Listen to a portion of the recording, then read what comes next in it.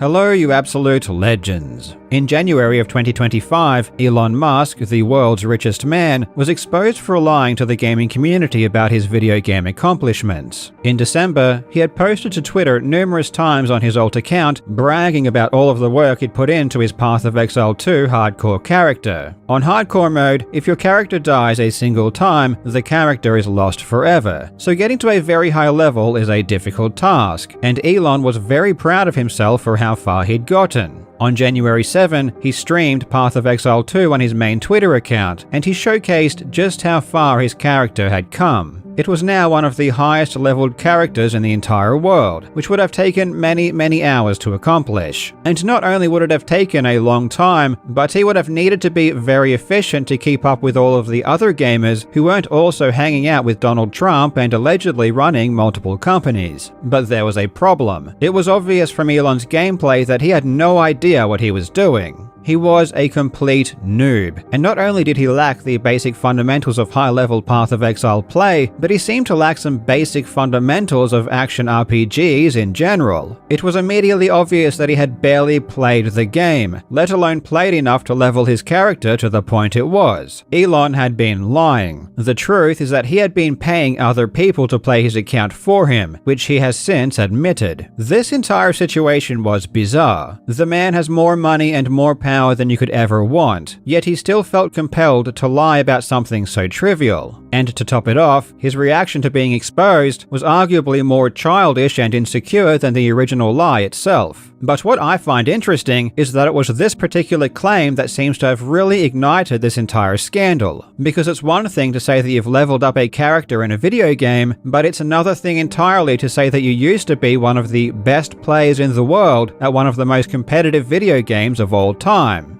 If you think about like StarCraft or any game like Quake, any game where a lot of people are playing, to rise to the top, you have to be exceptional, period, as a human being. Yeah. There has to be something exceptional about you. Yeah. Actually, if I mention Quake, way back in the day, I was one of the world's best Quake players. I know we talked about this. Yeah. I loved Quake. And not only was he one of the best, but he was even semi-professional. A long time ago, I was like semi-pro good at Quake. This is really dating me. In fact, he was part of one of the best teams, and they even came second in the first esports tournament ever, and he won thousands of dollars. One of the best teams in the country, actually. And I think it was the first paid esports thing in the US. We ended up coming second in that. I think we made a few $1,000s or something. So it was pretty good at Quake back in the day.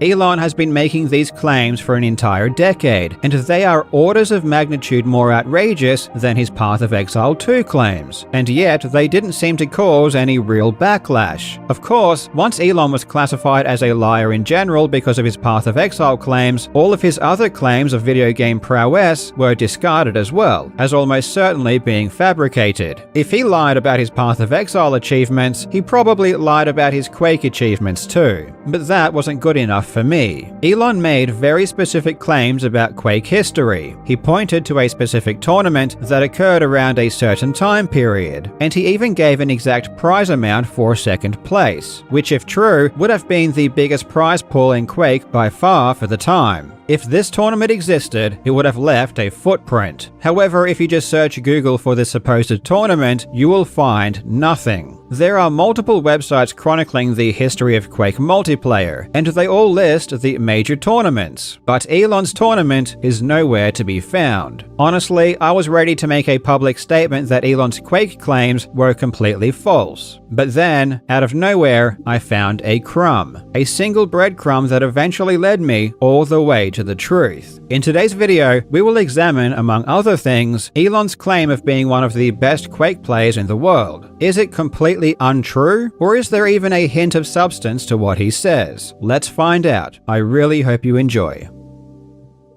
Now Legends, this video is sponsored by the military online game War Thunder, and when it comes to vehicle combat, War Thunder is the most comprehensive game ever made. Available on PC, consoles, and now mobile. Take control of over 2,500 tanks, planes, helicopters, and ships from 10 of the fiercest armies of the last century. See technology advance from the 1920s all the way through to these super high-tech weapons of destruction we see today. Each vehicle is finely crafted to be as realistic as possible, and when you combine that with incredible graphics and authentic sound effects, you get one of the most immersive combat experiences you'll ever find. Personally, I find air combat to be the most thrilling part of the game, and the controls are so easy and intuitive even with just a keyboard and mouse. There is a good reason War Thunder has over 70 million players. There is simply no better game suited for fans of military history. Play War Thunder for free on PC, PlayStation, Xbox, or mobile now by using my links in the pinned comment or video description. New and returning players that haven't played in 6 months on PC or console will also receive a massive bonus pack that includes multiple premium vehicles, the exclusive vehicle decorator Eagle of Valor, 100,000 Silver Lions, and 7 days of premium account. It's available for a limited time only, so be quick.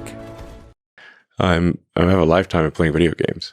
At one point I was, maybe one of the best Quake players in the world. I actually won money in what I think was the first paid esports tournament in the US. Elon has claimed many times that he was one of the best Quake players in the world, and his evidence to back up this claim is always the same. Elon states that he was in a team that came second in the first paid national esports tournament in America. And a really long time ago, I was one of the world's best players of Quake. I think it was like the first esports tournament in the US, or they claimed it was. And we came second in that tournament. I think it was in like 96 or 97. At one point I was quite competitive at Quake. Played what I think was maybe the first paid esports thing in the US. My team came second. It's not a super long-term career being a pro gamer. I was semi-pro back in ancient times with Quake. So I actually made money and had the first paid tournament in the US.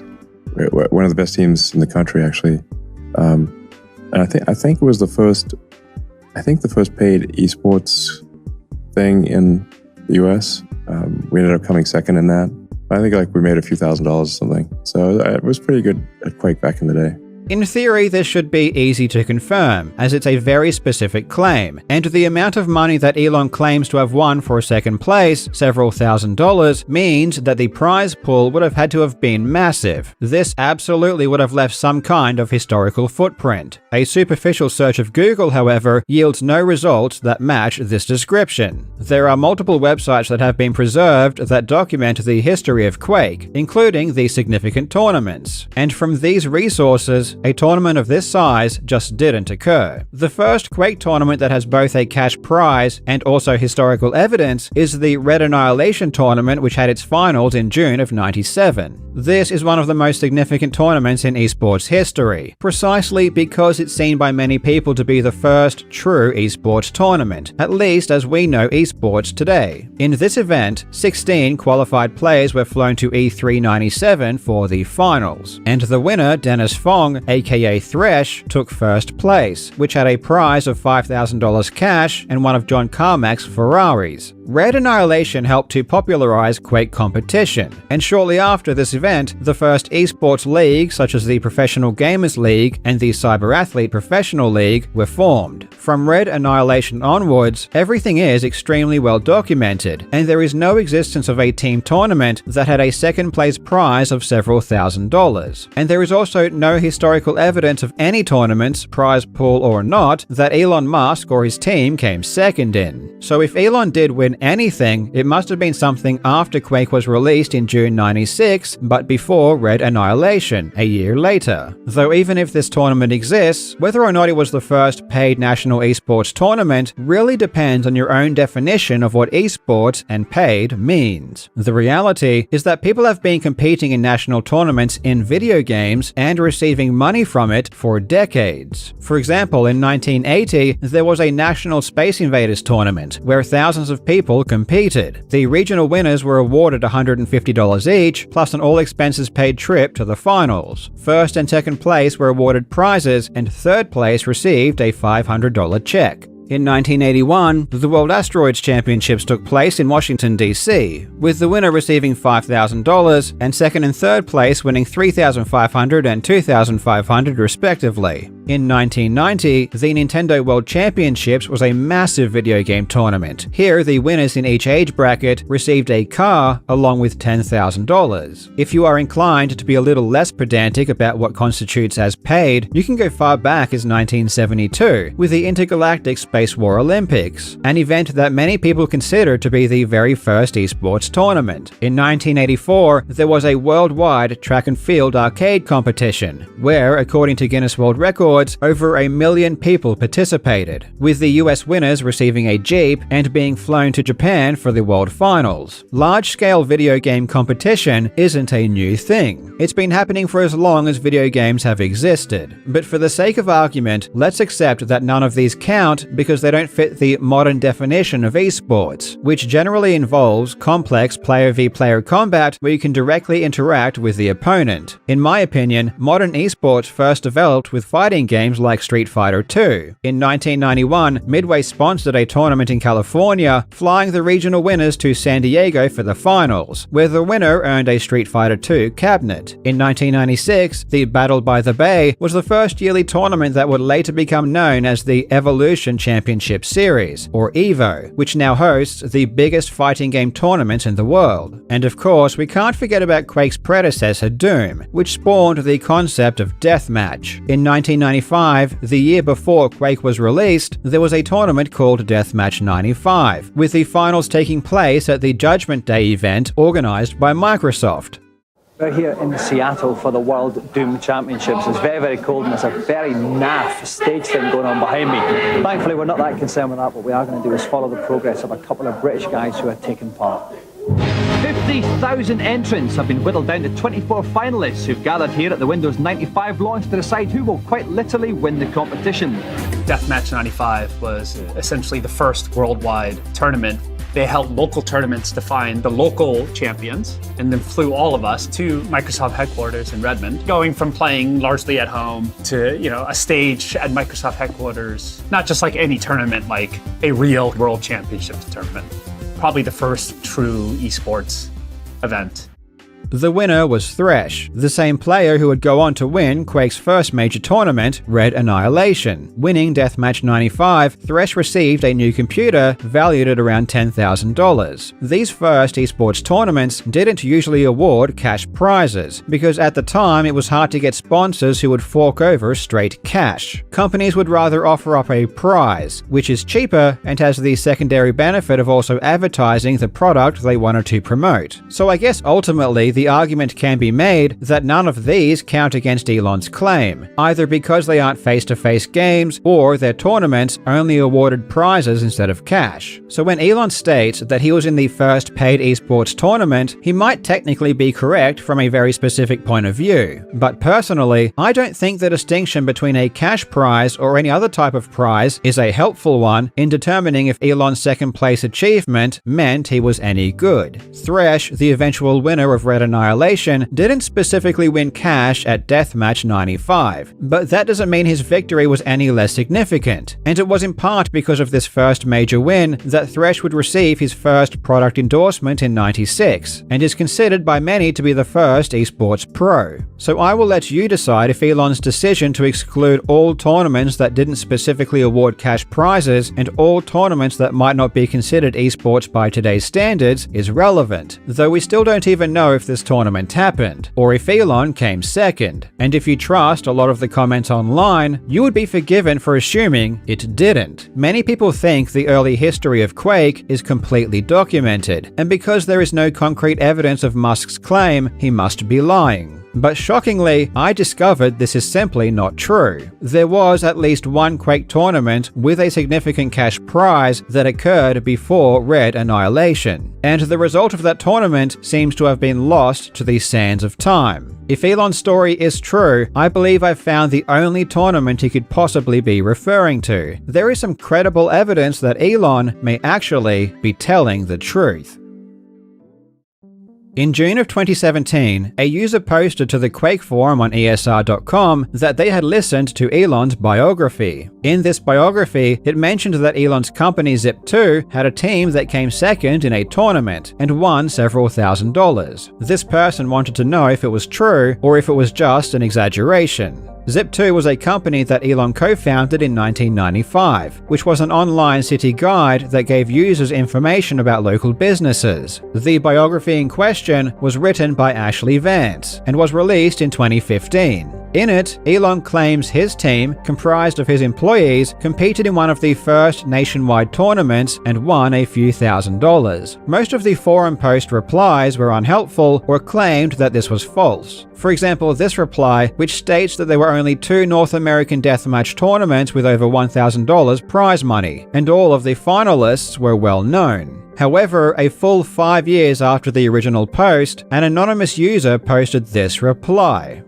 Extremely late to the game here, but yes, Elon is 100% correct. We were the team that beat him in Zip2. We were Clan Olympus. Dumb name, yes. It was the first tournament held by Empath in Player that eventually hosted the Red Annihilation single-player game that awarded the Ferrari. I remember distinctly going to their webpage after playing against them in the final and seeing their About page with their executive profiles. All were unremarkable 20-something unkempt nerds, much like we were, and didn't think anything of it until Elon became a billionaire and his ties to his older companies became public knowledge.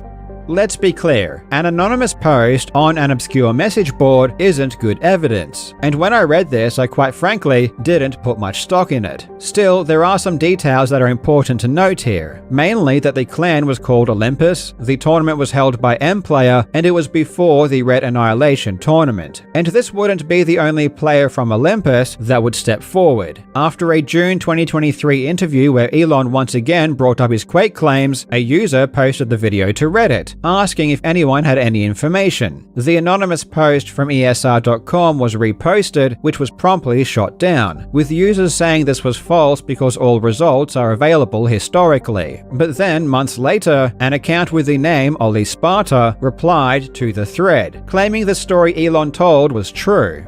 Hey there, heard about this Elon story the other day from my buddy. This story Elon told? It's true. How do I know? I was there. We were the team that beat a Zip2 team in this tournament you all are saying didn't happen.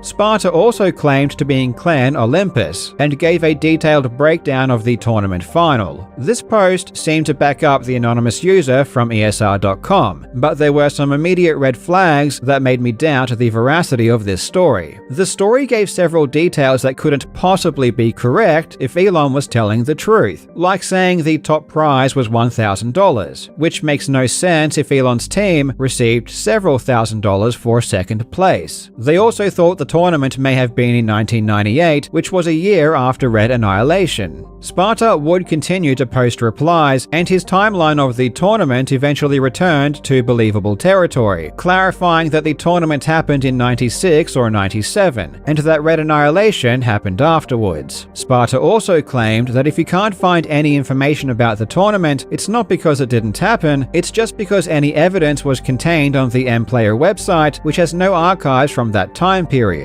Which is true. The earliest M-Player archives I can find are from 98 onwards. Sparta gave details that at the time seemed impossible to verify. For example, specific details about this alleged tournament, for which I could find no results for. But he did make claims that I could verify, which would help to establish his credibility. He claimed that in the Red Annihilation tournament, he ended up in the top 32. And sure enough, when I checked the results for Red Annihilation, there was a player named Sparta who was eliminated in the round of 32. I also found another member of his team, Ollie Hades, who also made the top 256. The fact that I could verify this part of Sparta's post made him much more credible, but it still wasn't enough for me to completely believe his story. However, if true, this post does narrow down the search for Elon's tournament. Both the anonymous user on ESR.com and Sparta claimed it was on M-Player, so that's where my attention focused. Back in the early days of of Quake, there were several platforms that casual gamers could use to play online. The two main ones being the Total Entertainment Network and MPlayer. These platforms allowed people to quickly and easily play Quake and other multiplayer games against other people over the internet, and they would charge players a monthly fee to use their service. MPlayer launched in late '96, and as I mentioned a moment ago, we have no archived pages from that time. So any news about any tournaments from MPlayer itself has been completely lost. But as I said, at the time, there were many various websites that posted Quake news. MPlayer had just launched, and in an effort to grow their brand, they advertised in different ways, including full-page advertisements in gaming magazines. So I searched every Quake news site that I could find for any reference to MPlayer around this time, hoping that this tournament was advertised in some way. One particular website, bluesnews.com, is especially helpful because not only did it post Quake news around that time, but it still has its full archive available, going all the way back to 1996. And lo and behold, searching for references to MPlayer, I found a post from January 3rd, 1997, which linked to an article on Next Generation announcing a Quake clan tourney with a $5,000 cash prize. Thankfully, this article was archived, and it reads, "Clans registered with MPlayer by January 2nd are eligible to participate in their Ladder to Cthulhu Quake tournament. The $5,000 prize is one of many prizes that will be awarded to participants of the tournament." What's funny about this article is that it was published January 3rd, a day after the registration cutoff. So it was essentially useless as anyone reading it was already too late to participate. This article shows there was a tournament with a significant prize pool before Red Annihilation, so it turns out Elon's tournament might be real.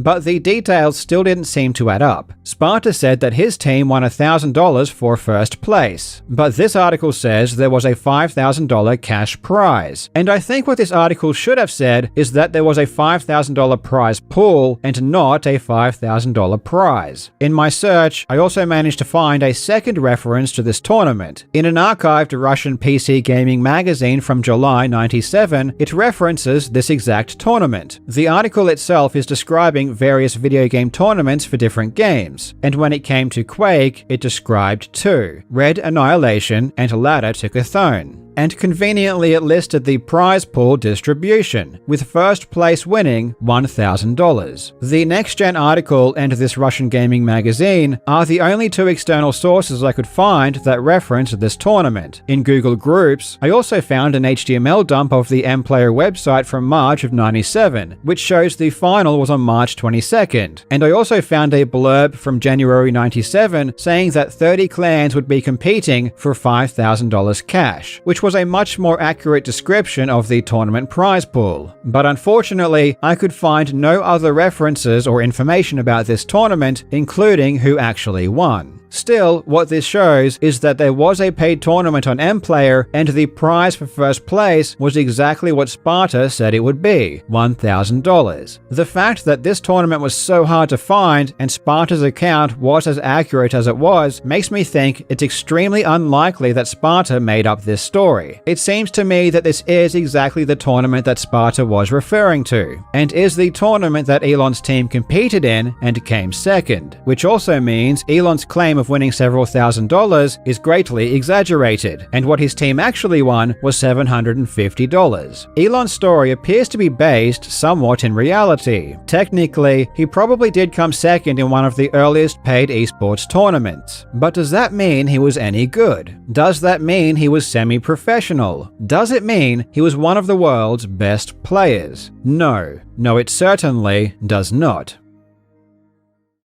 In 1996, early Quake players were quick to try and prove who was the best, and it wasn't long before organized tournaments were being held. Competition at that time was almost exclusively team-based. Teams would be represented by clans, and originally id Software hosted a full list of clans on their website, though it wouldn't be long before players formed their own network called Clan Ring, which connected all of the clans together. Clan Ring would begin hosting tournaments from late '96, and these tournaments were where the best players became known. These tournaments were not played through online paid services such as 10 or MPlayer. Instead, matches were played through servers that people would host at their own university or workplace. places which at the time generally had the best internet connections available. While these tournaments didn't award cash prizes, they were held in the highest regard. Prizes really didn't matter. All players cared about was the esteem that came with the victory over the other clans and the respect earned from other players. These tournaments, which were run and organized by players, are well documented. There are detailed statistics and full bracket results. We know who won and which players performed well. Clan Ring players didn't play on platforms like mPlayer for multiple reasons. First, mPlayer required players to pay a monthly fee to use the service, which was an unnecessary cost when you could just use a Clan Ring server and play for free. Second, services like mPlayer did not provide the best multiplayer experience. While these services did allow casual players to easily matchmake with other players, they inserted an extra middleman, i.e. a third-party client between the player and the server, which slowed things down and caused higher latencies. In fact, even those with ISDN connections were complaining of extremely high pings. I spoke with Thresh himself, and in our conversation, he confirmed to me that the best players didn't use platforms like mPlayer for this reason.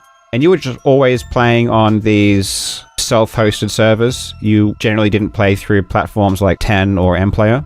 I mean, some people did. The best players didn't. Mm-hmm. There was no reason to. Why play through a service when you could just play directly, right? It was more for newbies and that type of people that made it a little bit easier to onboard and get a game going. So, I think very few, if any, top players competed on those platforms unless we had to because there was some tournament going on. I actually did manage to find a tournament before Red Annihilation, which was called Ladder to Cthulhu. First of all, does that ring any bells for you? Do you remember this tournament? No. Yeah. Doesn't ring a bell. Yeah, because I found a Blues News, but by the time the article came out, you already had to be a registered user of mPlayer to even enter the tournament. So I assumed that the top players just didn't know this tournament existed because it was just on mPlayer and there just wasn't really good advertising for it. It's quite likely because no good players played on mPlayer. And then with this Red Annihilation, did you just play on mPlayer for that tournament and then left the platform and didn't play on it again? Correct. I mean, playing through the mPlayer service was not the best experience. It's not the fastest. There's latency. You go direct from the game into a hosted server will give you the best experience, obviously, as opposed to having a client and server layer by a proprietary platform that would then place you in a server or like a generalized server was never really that ideal. Mm-hmm. So, I think that's why no good players played on that stuff. And finally, platforms like mPlayer did not differentiate players by their internet connection, which at the time was arguably the most impactful variable. Quake Deathmatch is optimized for local area network play. It was designed to run with very low latencies. When you introduce a high latency, like you would expect when you play online using a 28K dial-up modem, which was by far the most common way people connected to the internet in 1996, Quake becomes very difficult to control. I won't get into the technical details of why this is, but the end result was that if you had a dial-up connection, it was almost impossible to compete with a player who had an ISDN or broadband connection. Having a fast internet connection was such an advantage that any half-decent player with a low ping could defeat even the very best players on dial-up, regardless of their skill. This is why Joe Rogan, who confessed to playing a ton of Quake in the 90s, admitted to spending an insane amount of money to have a T1 connection installed at his house. Quake's network code essentially created an internet arms race amongst players, and this is why the Clan Ring tournaments had two separate brackets, one for dial-up, which was called HPB, which stood for High Ping Bastards, and one for ISDN and faster, which was called LPB, for Low Ping Bastards. In December of '96, John Carmack would release an unofficial Quake update called Quake World, which redesigned the network code that made the game much more playable with higher latencies. Quake World, it's basically my research project into extending the network play aspects of Quake. The first stage of it that we're in beta testing right now that we're about ready to release is a new network protocol that provides more latency tolerance for the client, so there's less lag and the network play is more robust in handling of problems along the connection. None of this is really relevant to Elon, however, as Quake World wasn't supported on M-Player until late '97, and these early M-Player tournaments were all played on the original release of Quake. When it was announced that the qualifying stages of the Red Annihilation tournament were to be played via M-Player, this made a lot of people upset. Due to the fact that M-Player was not an ideal platform for competitive play, it didn't separate players based on their internet connection, and it didn't support Quake World, most players simply had no chance of performing well. Players with broadband or cable connections had an insurmountable advantage. It's worth noting that despite the general dissatisfaction at the way the Red Annihilation tournament was run, when it came to who actually made the final top 16 that was flown to E3, every single player was an established Clan Ring competitor, which proved that Clan Ring did indeed house the best players on the planet. And when they did come over to M-Player for this one particular tournament, they dominated. Of course, on the flip side, the situation was fantastic for Elon Musk, and his prospects for winning the earlier tournament laddered to Chthon. Elon's company, Zip2, was a thriving internet company, which required the best internet connection available by necessity, a connection that he and his employees would use while at work to play Quake. Now Musk has his own computer command center, and his business is thriving. To his delight, Microsoft has tried and so far failed to get a hold in Zip2's market. In his Reddit post, Sparta said as much, stating that Zip2 performed so well against the other competitors because of their internet connection. But unfortunately for Elon, Team Olympus had the exact same weapon. So let's put Elon's tournament into perspective. M-Player was a brand new paid online platform that the best Quake players didn't use. M-Player did try to promote their event, but the promotion was so poor that by the time news of the tournament reached beyond M-Player to places like NextGen and Blues News, it was already past the registration deadline. None of the top players knew this tournament was being held before the registration cutoff, which is why you just don't find it mentioned anywhere. Even still, the fact the tournament was run on M-Player at all meant that most players simply wouldn't have been able to compete anyway due to their dial-up connections. So in a nutshell, Elon played in an obscure tournament which has no footprint and was able to roll over most of the competition because of his superior internet, and when he reached an opponent with equal footing, he lost. Ironically, the part of the story that Elon feels necessary to repeat every single time, the part where he blames his loss on the fact that a team member's computer crashed, highlights just how amateurish this tournament was. We ended up coming second in that.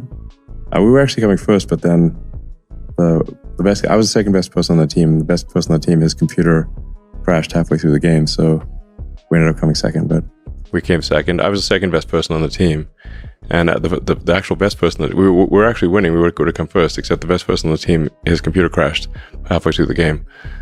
So we came second.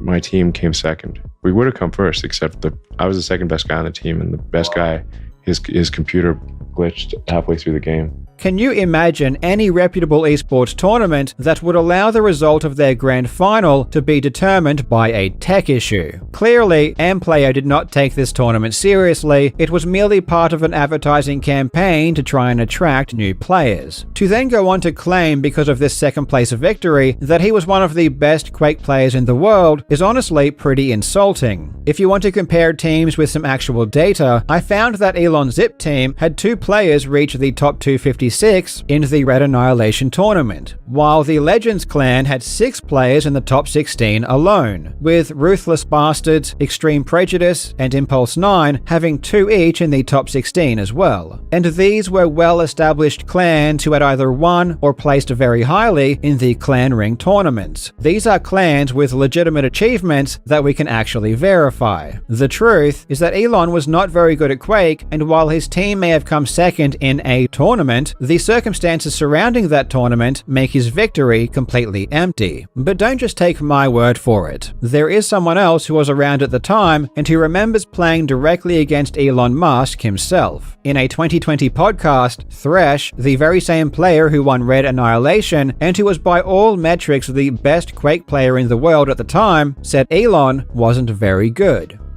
Well, actually, I mean, it was funny. Like Elon Musk he's known as a huge gamer. We used to play in the same Quake server almost every day. I'd see him on. He'd be playing as Zip2 was his username. and a really good buddy of mine. He was okay. Hold on, Dennis. Hold on. Was Elon Musk any good? He was okay. I mean, you could be honest. He wasn't very good. But my buddy, he's still a Quaker, right? He's still an OG. And after Elon started boasting about his Quake skills a bit more frequently and a bit more publicly, Thresh would again step in to set the record straight. In a 2024 Freethink article speaking directly about Elon Musk, Thresh would state, "Was he any good? He was okay. I know he claimed that he was one of the top players. He was definitely not one of the top players." So let's compare Elon's account with the actual truth. According to Elon, he was a semi-professional Quake player who was one of the best in the world at the time. He was on one of the best teams in the world, which came second in the first paid esports tournament ever, in which he won $3,000. The truth is that while Elon did play Quake often, he was not very good. In early '97, he entered a Quake tournament that was only open to paid registered users of the brand new platform mPlayer, a platform that no top players used. Using his superior internet connection, which gave him an unfair advantage, his team managed to come second, earning them $750. A question that arises is whether or not Elon's exaggerated claims are from poor memory, intentional deception, or straight delusion. And in my opinion, it's hard to pin this down to anything other than Elon just being a dishonest person in general. Elon straight up lies a lot. For example, in one of his Joe Rogan interviews, he claims that he played Quake during his final semester in college. Yeah. I in my final semester in college, I probably put more time into Quake than all my college classes. However, it's well established that Elon Musk had dropped out of his postgraduate degree in '95 to form his company Zip2.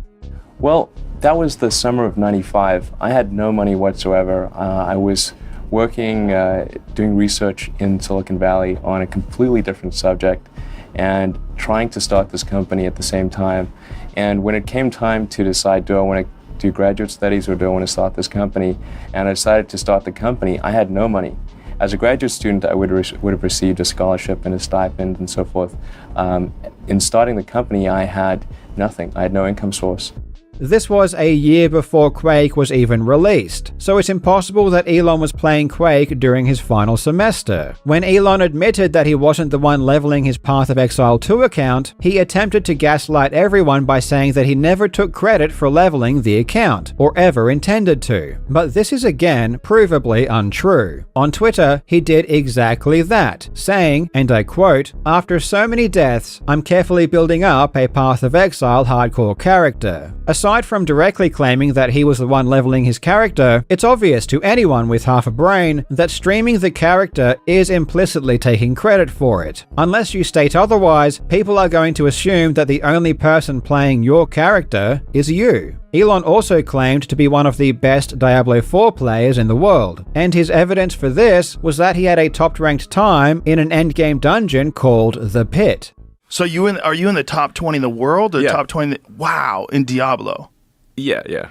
Truthfully, I don't wish to spend too much time debunking this, as on a fundamental level, using this particular metric to distinguish players' skill is nonsensical to begin with. One of the core tenets of esports and speedrunning is that every single competitor begins from the same position. In speedrunning, unless stated otherwise, you use a brand new save file, carrying over nothing from previous playthroughs. This ensures that comparisons to other players are fair. When it comes to comparing pit times in Diablo 4, this is not the case, as you enter the dungeon already fully equipped. In this example, the most important factor isn't your skill, it's your gear. It's the specific build you choose to use, which involves many factors that have nothing to do with skill. The point is illustrated perfectly by the huge discrepancy in clear times for different classes. Elon's class, Spiritborn, could clear tier 150 in a couple of minutes, while all of the other classes took well over 10 minutes to clear a much lower tier. And the only reason Spiritborn could do so well is because players, including the player pretending to be Musk, were abusing unintended exploits to one-shot mobs, making the dungeon absolutely trivial to complete. I'm not saying there isn't some skill involved, but unless everyone is using the same class, the same build, and the exact same gear, it's impossible to accurately determine a player's skill level. And because Elon admitted to paying for someone else to play his account and give him the best gear, not Not only does he not deserve any credit for what his character can do, but it's probably not even him playing in his uploaded speedruns. He lied about everything else. The chance of him being honest in this instance is extremely slim. And because he has lied so much already, I would need better evidence than just a screen capture to prove it was him actually playing. It boggles my mind that a man with so much money and power is still so insecure that he feels the need to try and convince people that he's also God's gift to gaming. Not only is he deluded, but he's an insult to the actual professional gamers who devote their lives to this one endeavor. Elon might enjoy playing video games, which I think is pretty cool, but he certainly doesn't respect other gamers. Because if he did, he would stop downplaying their achievements by claiming that you don't need to work as hard as they do to be the world's best. Professional esports players practice 12 hours a day, and only a gifted few are able to rise to the very top.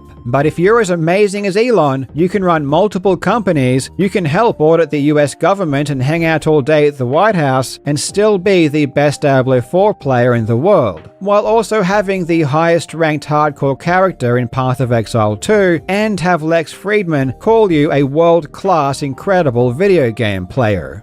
Like, you're actually like a world-class, incredible video game player. But of course, only if you're as amazing as Elon. Ultimately, it doesn't matter if Elon is or isn't the greatest gamer of all time, like he wants you to believe. But his insistence on exaggerating or lying about everything has made me lose trust in everything else he says. If he lies so much in the one area that I know something about, how much is he lying and exaggerating in the fields that I'm not an expert in? When Elon says he's going to send humans to Mars, is this just another exaggeration? When he talks about all of the amazing things his companies can do for humanity, are these just exaggerations also? Personally, I don't know because I'm not an expert, and I'm not saying he definitely lies everywhere, but personally, I've heard him lie enough that I just cannot take the man seriously any longer, which I think is unfortunate. So now I'm left wondering, is Elon Musk a con man in every facet of his life, or is it just video games? Please let me know what you think in the comments. Thank you so much for watching, you legends. I hope you're having a fantastic day, and I will see you in the next video.